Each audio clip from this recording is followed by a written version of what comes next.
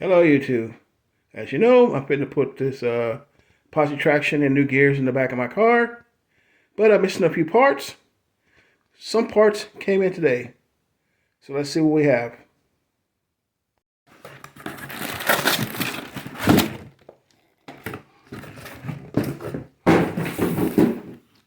This is my computer programmer. I'll be able to get the tunes that I need to take advantage of all the modifications I did to the engine, transmission, and the gearing. This also, since my computer controls the speedometer and everything else, this will also program in the different gear ratios I put in so the speedometer can read correctly. On top of adding tunes, increasing horsepower, and everything else. Let's open this sucker up. Okay, that's the programmer. You can hook it up right to the computer, hook up to your car, right here. And also you can download custom-made tunes from Jet Performance and other tuners. Definitely going to be putting this to use.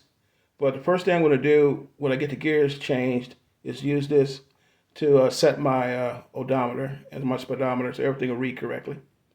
Now let's see what's in the other box.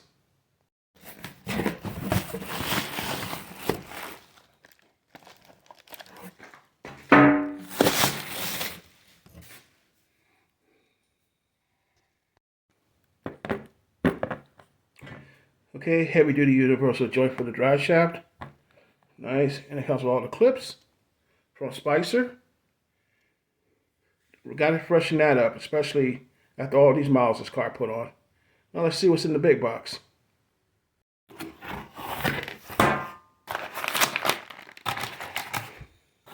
Now I really didn't need this, but if I'm going to spend this much money getting the rear end set up, might as well get a little eye candy.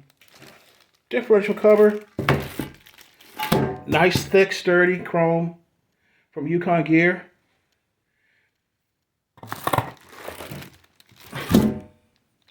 Okay. That's it for today. I'm still missing a few small parts. As soon as they come in this week, this is going to be starting to take off like a rocket. Literally. Especially after I get the gearing put in. So let's just take a look at everything that I got so far.